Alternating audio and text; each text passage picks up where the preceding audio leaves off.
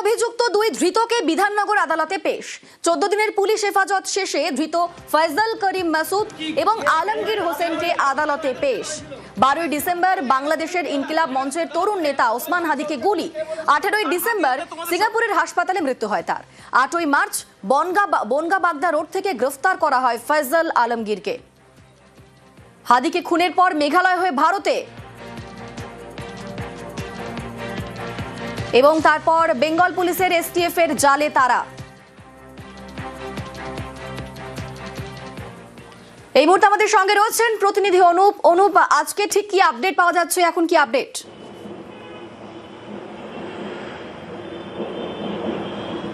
তো হাদি হত্যা মামলায় যে একেবারে যে অভিযুক্ত গ্রেপ্তার করেছে বেঙ্গল এসটিএফের পক্ষ থেকে 14 দিনের যখন হেফাজতের মেয়াদ শেষ হয় আজকে বিধাননগর আদালতে তোলা হয় এবং আদালতে তোলার ক্ষেত্রে দেখুন আদালতে কিন্তু একেবারে বিধাননগর যে এসটিএফের পক্ষ থেকে আবেদন করা হয় যে এই যে গোটা ঘটনা সেই গোটা ঘটনায় এই দুজন কিন্তু হাদি হত্যা মামলায় অত্যন্তভাবে জড়িত।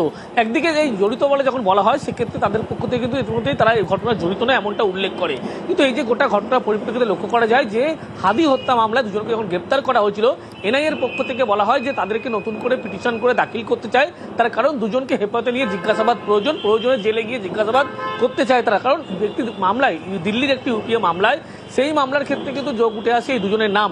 তার পরবর্তীতে এনআইএর পক্ষ থেকে পিটিশন দাখিল করা হয়েছে। তার অন্যদিকে দেখলে এসটিএফের যে মামলা ছিল যে মামলায় হাদি হত্যা মামলায় দুজনকে গ্রেপ্তার করা হয়েছিল, একদিকে ফয়জল অন্যদিকে আলমগীর হোসেনকে, এই দুজনকেই কিন্তু 2রা এপ্রিল পর্যন্ত জেল হেফাজতের নির্দেশ দিয়েছে। কিন্তু এক্ষেত্রে লক্ষ্য করা যায় যখন হাদি হত্যা মামলার ক্ষেত্রে যে ঘটনা ঘটেছিল সঙ্গে থাকো অনুপ, এই ধৃত ফয়জল করিম মাসুদ তিনি কি বলছেন শোনাবো। আপনি খুন করেছিলেন? আমি এসব কাজের সাথে জড়িত না। জামাত বিএনপির একটা চাল হতে পারে। এটা তো আমি জানি না, অ্যাকচুয়ালি আমি জানি না। এই যে আপনারা যে হাদি করছেন, বাংলাদেশের মানুষ হাদি করতেছে, হাদি তো অ্যাকচুয়ালি একটা জামাতের পরে জঙ্গি। খুন করেছিল কে? আমি করিনি। হ্যাঁ আমি ছিলাম। তোমাকে সিসিটিভি ফুটেজে দেখা গেছে আমাকে গুলি করতে দেখা যায় না। আমি ছিলাম না। বিএনপির কাজ হতে পারে। আমাদের সঙ্গে অনুপ রয়েছেন সরাসরি। অনুপ, এই ফয়জল তিনি তো এখনো পর্যন্ত অস্বীকার করছেন, তিনি বলছেন যে গভীর ষড়যন্ত্র করা হয়েছে, চক্রান্ত করা হয়েছে।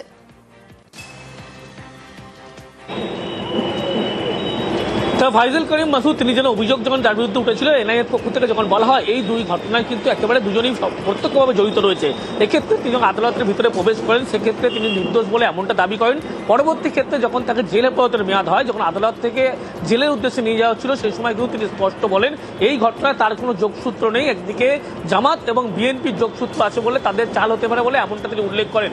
গোটা এই যে ঘটনা সেই ঘটনায় তার যে কোনো যোগসূত্র নেই তিনি বারবার দাবি করেন এবং যখন ঘটনা ঘটেছিল সেক্ষেত্রে তিনি বাংলাদেশে ছিলেন কিন্তু এই ঘটনার সঙ্গে কোনোভাবে তার যোগসূত্র ছিল না, তিনি বারবার এই দাবি যখন করছিলেন। অন্যদিকে হাদিকে তাকে হত্যা করা হলো কেন, এই যে ঘটনা যখন বারবার তাকে জিজ্ঞেস করেন তিনি কিন্তু হাদিকে উল্টে জঙ্গি বলে দাবি করেন এবং সেক্ষেত্রে বিএনপির যোগ রয়েছে বলে এমনটা দাবি করেন। বিএনপির কার যোগ রয়েছে এই পুরো বিষয়টা স্পষ্ট না করলেও তিনি নির্দোষ বারবার এমনটাই বলার চেষ্টা করেন। কিন্তু এই যে হত্যা মামলা সেই হত্যা মামলায় কিন্তু এই দুজনকে বেঙ্গল এসটিএফের পক্ষ থেকে গ্রেপ্তার করা হয়েছিল।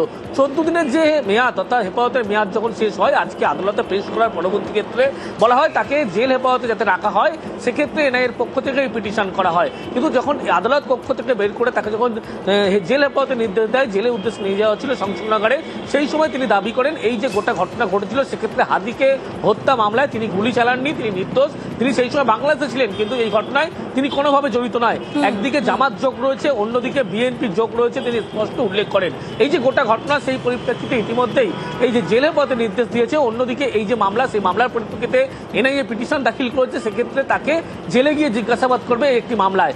অন্যদিকে যখন তাকে জেলের উদ্দেশ্যে নিয়ে আসে আদালত থেকে তখন তিনি বারবার দাবি করেন এই ঘটনায় কোনোভাবে তিনি জড়িত নয়, তাকে ফাঁসানো হয়েছে এবং এই যে ঘটনা সেই ঘটনায় বিএনপি এবং জামাত যোগ রয়েছে। ধন্যবাদ। গত ডিসেম্বরে বাংলাদেশের তরুণ নেতা ওসমান হাদিকে গুলি করে খুন। এই খুনে অভিযুক্ত দুজন পশ্চিমবঙ্গের বনগা বাগদা রোড থেকে গ্রেফতার। বাংলাদেশে পালানোর আগে বেঙ্গল এসটিএফ এর জালে।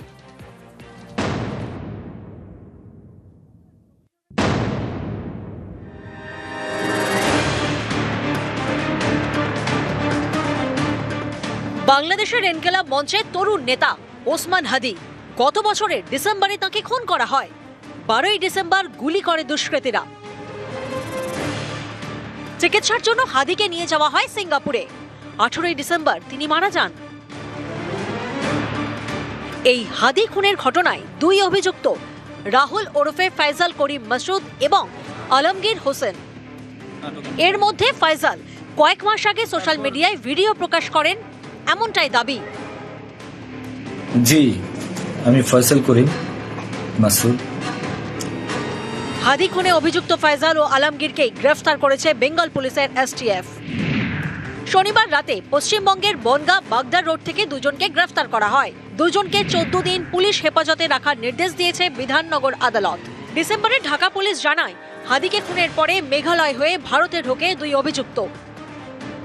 ঘটনার দিনই শুটার ফয়সাল করিম মাসুদ ওরফে দাউদ ওরফে রাহুল এবং তার সহায়তাকারী মোটরসাইকেল চালক মোহাম্মদ আলমগীর শেখকে শনাক্ত করা হয়। আসামিদেরকে চিহ্নিত করার পূর্বেই তারা সীমান্ত পাড়ি দিতে সক্ষম হয়। সীমান্ত পার করে ভারতের মেঘালয় রাজ্যে জনৈক পুত্তির নিকট হস্তান্তর করে। মেঘালয় পুলিশের সাথে যোগাযোগ করে যেটি জানতে পেরেছি, তারা ইতোমধ্যে পুত্তি ও স্বামীকে গ্রেফতার করেছে।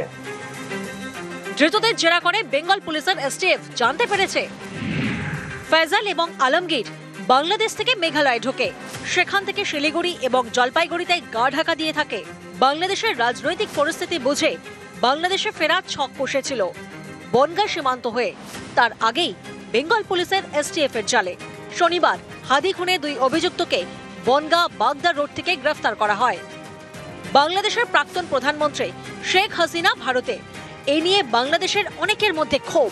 এরই মাঝে হাদি খুনে দুই অভিযুক্তকে বেঙ্গল পুলিশের এসটিএফ যেভাবে গ্রেফতার করলো তা কি ক্ষতি প্রলেপ?